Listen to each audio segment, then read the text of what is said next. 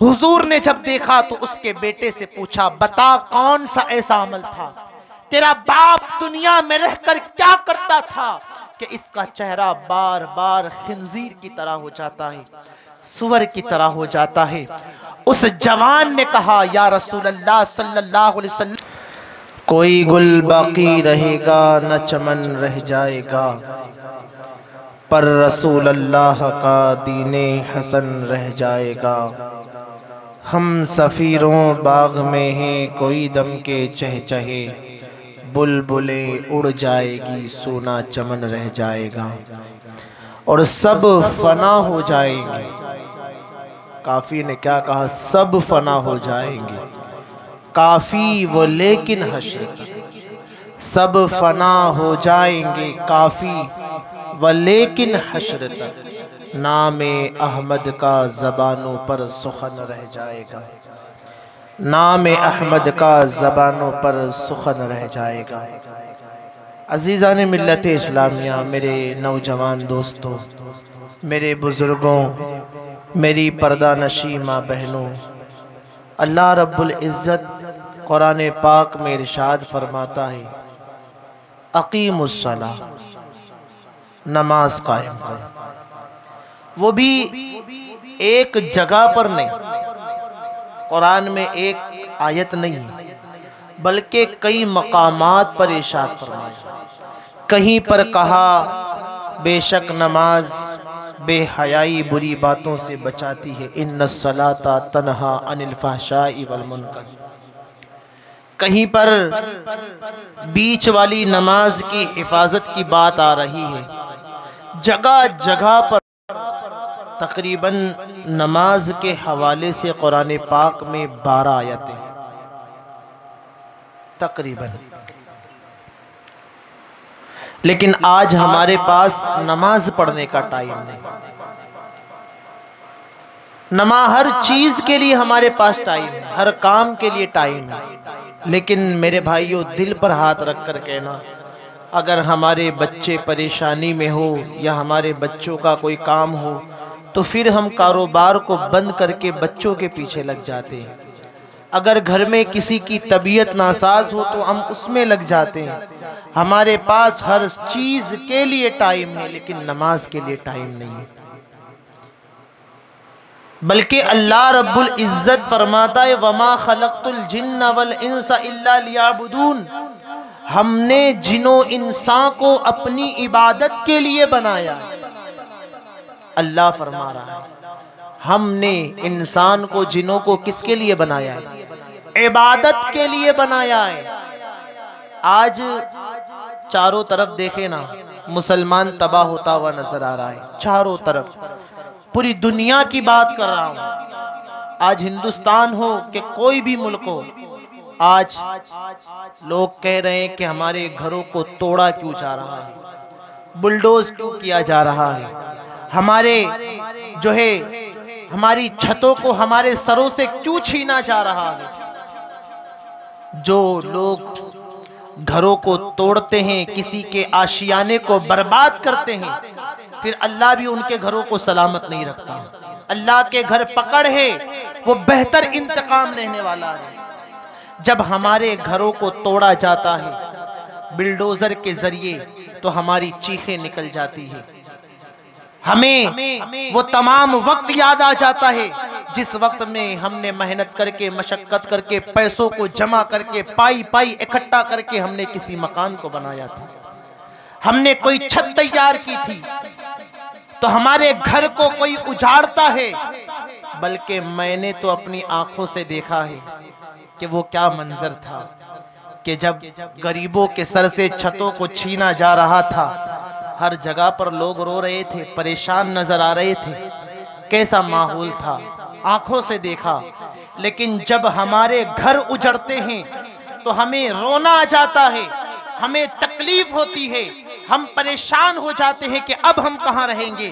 بتاؤ ہم نے کتنے عرصے سے اللہ کے گھر کو اجاڑ رکھا ہے، کتنے لمبے وقت سے اللہ کے گھروں کو ویران کر رہا ہے۔ کیا وہ مولا کو تکلیف نہیں ہوتی ہوگی؟ بے شک اس نے تو ہمیں پیدا کیا اپنی عبادت کے لیے، اور ہم کسی اور کام میں لگ گئے۔ ہم کسی اور مصروفیات میں لگ گئے۔ میرے عزیزو، نماز کو پڑھیں، اول عبادت نماز ہے۔ آج ہر انسان کسی نہ کسی مصیبت میں نظر آ رہا ہے، کوئی بیماری میں ہے تو کوئی کاروبار کی مشکلات میں ہے، کسی کے کارخانے میں ترقی نہیں ہے، برکت نہیں ہے، کسی کی جاب میں کوئی مسئلہ ہے، یعنی طرح طرح کے مسائل آج مسلمانوں کے ساتھ ہیں۔ پھر ہم کہتے ہیں آخر ایسا کیوں ہو رہا ہے؟ میرے عزیزو، یہ ہو رہا ہے تو ہماری بدعمالیوں کی وجہ سے، نمازوں کو ترک کرنے کی وجہ سے۔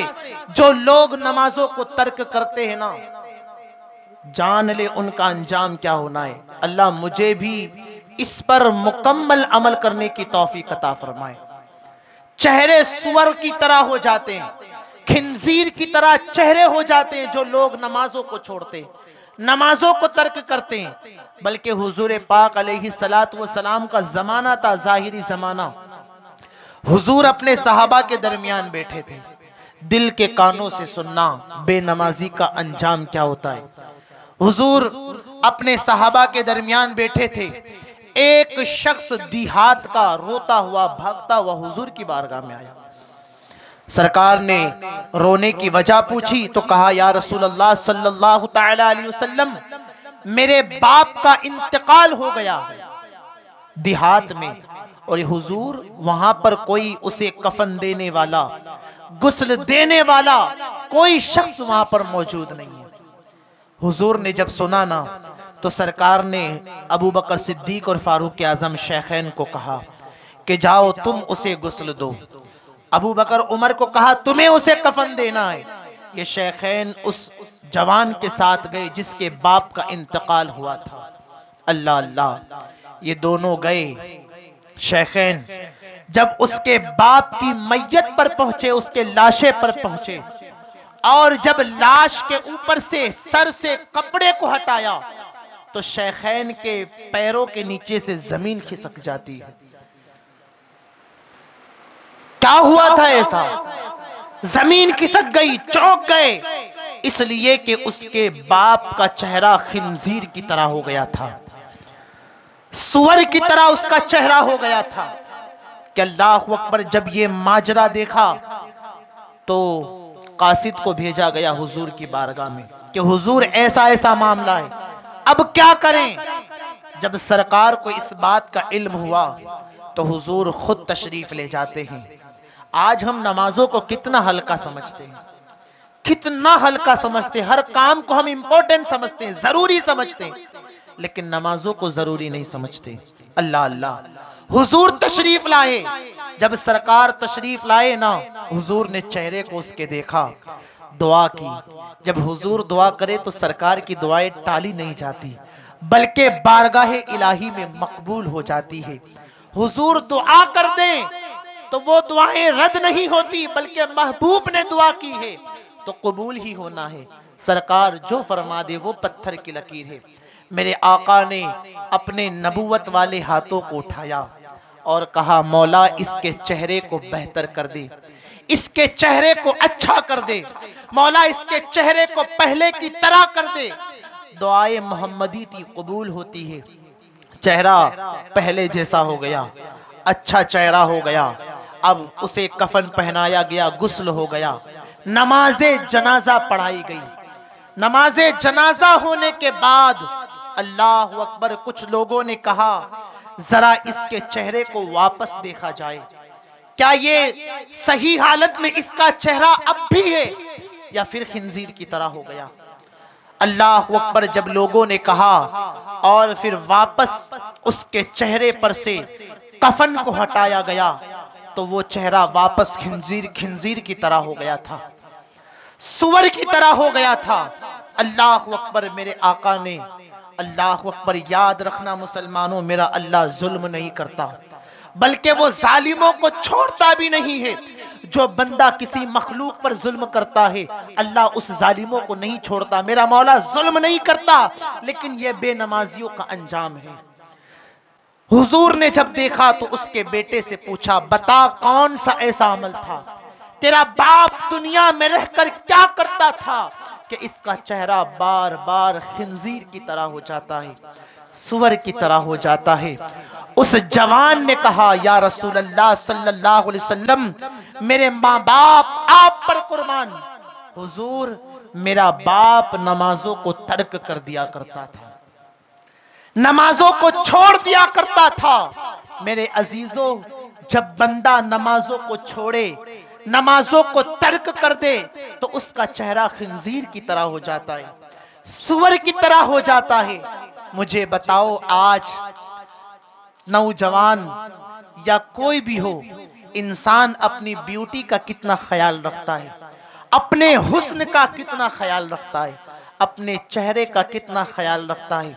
طرح طرح کے فیش واش ہم استعمال کرتے ہیں، طرح طرح کے صابن ہم استعمال کرتے ہیں، طرح طرح کے پروڈکٹ ہم چہرے پر اپلائی کرتے ہیں، اس لیے کہ ہمارا حسن برقرار رہے، ہمارے چہرے کی خوبصورتی برقرار رہے۔ اللہ اکبر، ہزاروں روپے ہم اپنے حسن کے پیچھے خرچ کرتے ہیں۔ مجھے بتاؤ، پھر کوئی وقت ایسا آ جائے کہ ہمارے چہرے پر کوئی بھی چیز کا انفیکشن ہو جائے، یا پھر ہمارے چہرے پر پھوڑی ہو جائے، پھوڑا ہو جائے، تو ہم اپنے دوستوں کے درمیان نہیں جاتے، شرم آتی ہے چہرہ لے کر جانے میں۔ ہم اپنے محلے میں نہیں نکلتے، اور نکلتے بھی ہے تو چہرے پر رومال ڈال لیتے ہیں کہ ہمارا چہرہ خراب ہو گیا ہے پھوڑی اور فلسی کی وجہ سے۔ مجھے بتاؤ، جب ہم بے نمازی ہو کر مریں گے، جب ہمارا انتقال بے نمازی ہو کر ہوگا، اور پھر ہمارا چہرہ خدا نہ کرے خنزیر کی طرح ہو جائے، سور کی طرح ہو جائے، تو پھر میدان محشر میں اللہ کو کیا منہ دکھائیں گے؟ دنیا میں چہرہ خراب ہوتا ہے تو دوستوں کو منہ دکھانے میں شرم آتی ہے، جب چہرہ خنزیر اور سور کی طرح ہو جائے گا تو بارگاہ الہی میں ہم اللہ کو کیا منہ دکھائیں گے؟ رسول پاک کو کیا منہ دکھائیں گے؟ میرے آقا فرماتے ہیں الصلاۃ معراج المومنین، نماز مومنوں کی معراج ہے، نماز میرے آنکھوں کی ٹھنڈک ہے۔ لیکن میرے عزیزو، ہم نماز نہیں پڑھتے۔ نمازوں کی پابندی کریں، کوشش کریں کہ ہمیں نماز پڑھنا ہے، نماز اول عبادت ہے، پھر تمہیں کسی بابا کے در پر چکر لگانے کی ضرورت نہیں پڑے گی، پھر تم کبھی نہیں کہو گے کہ ہماری کمائی میں برکت نہیں ہوتی، پھر تم پر مصیبتیں نہیں آئے گی۔ آج ہم بے نمازی ہیں اس لیے اتنی مصیبتیں ہیں، بلکہ حضور فرماتے ہیں، سرکار فرماتے ہیں، اللہ اکبر، بے نمازی جو ہے نا، اس سے اللہ سخت حساب لے گا۔ حضور فرماتے بے نمازیوں سے اللہ سخت حساب لے گا۔ مجھے بتاؤ، وہ رحمان ہے، 70 ماؤں سے زیادہ پیار کرتا ہے، اگر وہ نرمی سے بھی ہم سے حساب لے تو ہم حساب مولا کی بارگاہ میں کیا دے سکتے ہیں؟ کیا حساب دیں گے؟ یہی کہ مولا نے کہا وَلَا تَقْرَبُوا الزِّنَا، زنا کے قریب نہ جانا۔ ہم زنا کر کے دنیا سے آئے ہیں، کیا یہی حساب دیں گے مولا دنیا میں چوری کر کے آئے ہیں؟ کیا یہ حساب دیں گے مولا دنیا میں رہ کر شراب و کباب کے اڈے میں ہم اڈوں کو سجاتے تھے، جوئے کے اڈے کو آباد کرتے تھے، سٹوں کے اڈوں کو آباد کرتے تھے، کیا یہ حساب دیں گے ہم؟ مولا ماں باپ کی نافرمانی کرتے تھے، یہ حساب اللہ کی بارگاہ میں دیں گے؟ چوری کرتے تھے، غیبت کرتے تھے، یہ حساب اللہ کی بارگاہ میں دیں گے؟ کیا حساب اللہ کی بارگاہ میں دیں گے؟ اللہ اکبر، اس کی بارگاہ میں حساب دینا ہے۔ بلکہ بے نمازی کا ٹھکانہ حضور فرماتے ہیں جہنم ہے۔ کیا ہے؟ جہنم ہے۔ اور جہنمیوں کا سب سے چھوٹا جو عذاب ہے نا، سب سے کم درجے کا عذاب، وہ یہ ہے کہ اللہ رب العزت جہنمیوں کے پیروں میں، پاؤں میں آگ کی جوتی کو پہنائے گا۔ آگ کی، ہم جو ہماری بھاشا میں کہیں چپل کو، جوتیوں کو پہنایا جائے گا، آگ کی جوتیاں ہوگی۔ یہ جہنم کا سب سے چھوٹا کم درجے کا عذاب ہے۔ لیکن اس کا حال کیا ہوگا؟ جو جہنمی کو اس کم درجے کا عذاب دیا جائے گا، پاؤں میں آگ کی جوتی پہنائی جائے گی، اللہ اکبر، اس کا حال یہ ہوگا کہ اس کا بھیجا جس طرح سے ہانڈی کے اندر پانی کھولتا ہے، اسی طرح سے اس کا بھیجا کھولے گا اس کے سر میں، اور پھر وہ بہہ کر اس کے پیروں میں گر جائے گا۔ ذرا سوچا ہے آپ نے کیا حال ہمارا ہونا ہے؟ جہنم کوئی آسان چیز نہیں ہے۔ ہم کتنے بے فکر ہو گئے ہیں، ہم نے ایسا سوچ لیا ہے کہ ہمیں کبھی مرنا ہی نہیں ہے۔ اتنے جنازے ہم اپنی آنکھوں سے دیکھتے ہیں، پھر بھی ہم عبرت حاصل نہیں کرتے۔ جہنم میں یہ حال ہونا ہے بے نمازیوں کے ساتھ۔ اس لیے میرے عزیزو، نماز کی پابندی کیا کریں، نماز کو ہلکا نہ جانے، نماز کو ترک نہ کیا کریں، بلکہ میرے آقا کریم علیہ السلام اپنے خاندان والوں کو فرماتے ہیں، بنو ہاشم سے کہتے ہیں کہ اے بنو ہاشم، عمل کرنا عمل۔ کیا کہا؟ عمل کرنا عمل، اس لیے کہ جو چیز نسب نہیں آگے لے جاتی وہ عمل لے کر جاتا ہے۔ نسب سے کچھ نہیں ہونا، عمل کا ہونا ضروری ہے۔ حضور نے اپنے خاندان والوں کو کہا، بنو ہاشم کو کہا، پھر ان لوگوں نے کیسا عمل کیا ہے، قربان جائیں۔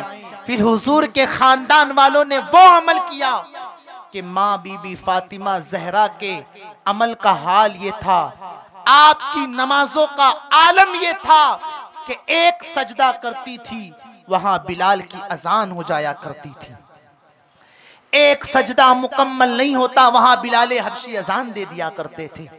ماں عائشہ صدیقہ یہ مومنوں کی ماں ہے، یہ تمام مومنوں کی ماں ہے، حضور کی شریک حیات ہے، جن سے حضور بڑی محبت فرمایا کرتے تھے۔ وہ عائشہ صدیقہ رضی اللہ تعالیٰ عنہا جب عبادت کے لیے کھڑی ہوتی، جب نماز کے لیے کھڑی ہوتی تو خوف سے اتنا روتی تھی، جہنم کے خوف سے، اللہ کے خوف سے اتنا آپ روتی تھی کہ اللہ اکبر، آپ جس جگہ پر سجدہ کرتی وہ جگہ یا پھر وہ کپڑا بھیگ جایا کرتا تھا، اس طرح بھیگتا تھا کہ اللہ اکبر، انسان اس روپٹے کو، اس کپڑے کو نچوڑ کے اس میں سے پانی نکل جائے۔ پھر مولا علی کا حال کیا تھا، مولا علی کی عبادت کا حال، پھر امام حسن نے کس طرح عبادت کی، اور امام حسین کی شان کیا رہی۔ کربلا کے میدان میں نانا کی شریعت بچانے کے لیے اپنے پورے کنبے کو شہید کروا دیا، بچوں کی قربانی دے دی، لیکن شریعت مصطفیٰ کو مٹنے نہیں دیا۔ یہ اہل بیت کی عبادت کا حال تھا میرے عزیزوں۔ اور پھر امام حسن و حسین کے بیٹوں کے بیٹے، بیٹوں کے بیٹے، غوث اعظم کی عبادت کا حال کیا تھا۔ غوث پاک کی عبادت کا عالم یہ تھا کہ 40 سال تک غوث پاک عشاء کے وضو سے فجر کی نماز ادا کرتے رہے۔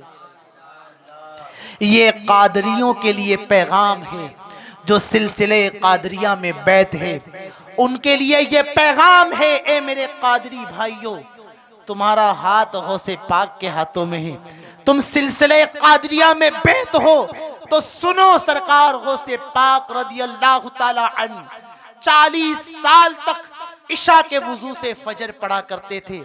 ہم تو یہ نہیں کر سکتے، لیکن ہر قادری کے لیے پیغام ہے کہ غوث پاک کے سلسلے میں مرید ہو تو کم سے کم نمازوں کی پابندی ضرور کرنا، 5 وقتہ نماز ضرور پڑھنا، یہ ہم سبوں کے لیے ہے۔ اور پھر میرے غریب نواز کی عبادت کا عالم کیا تھا، اللہ اللہ، غریب نواز کی عمر شریف 97 برس کی تھی، 97 برس یہ غریب نواز کی زندگی تھی، حیات مبارکہ تھی۔ اور سرکار غریب نواز پہلے کے 27 سال تک تو آپ عبادت بھی کرتے، کچھ سو بھی لیتے تھے، کچھ آرام بھی کر لیتے تھے، لیکن اس کے بعد کے جو 70 برس ہے، سرکار غریب نواز کبھی رات کو سویا نہیں کرتے تھے، بلکہ بابا قطب الدین بختیار کاکی چشتی رحمت اللہ علیہ فرماتے ہیں، میں نے اپنے مرشد کو کبھی رات کو سوتے ہوئے نہیں دیکھا، بلکہ عبادت میں دیکھا ہے۔ یہ ہمارے بزرگان دین نے ہمیں ذہن دیا ہے، طریقہ دیا ہے کہ اس طرح بھی جاگ کر اللہ کی عبادت کی جاتی ہے۔ غریب نواز کتنے ختم قرآن شریف پڑھا کرتے تھے۔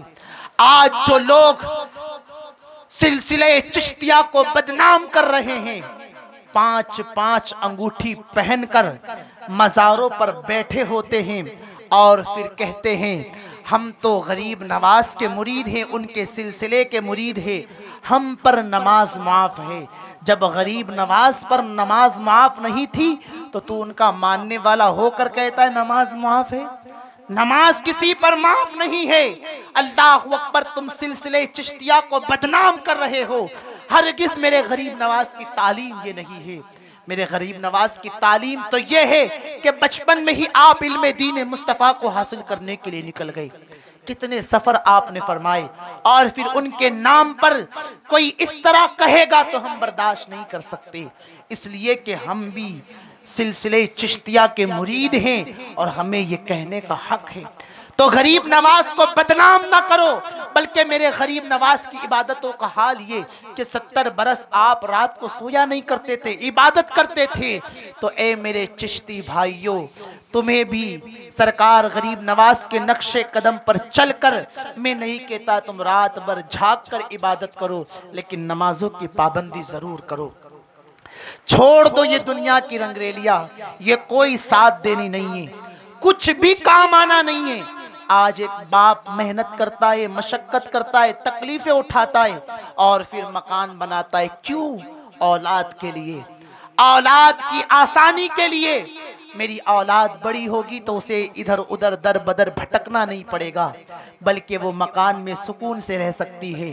لیکن اگر وہی باپ کا انتقال ہو جائے تو میرے بھائیوں یہ حقیقت ہے، اسی کے بیٹے قبر کے گڈھے میں ڈال کر اسی کی قبر پر ہاتھ جھاڑ کر چلے آتے ہیں، اور جس کے لیے اس نے مکان بنایا اسی مکان کے لیے بیٹے آپس میں لڑا کرتے ہیں، باپ کو بھول جاتے ہیں۔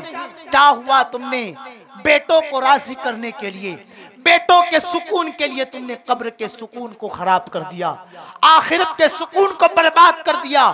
وہ آخرت کی نیند جو قبر کی قیامت تک کی نیند ہے، تمہیں قیامت میں اٹھایا جائے گا۔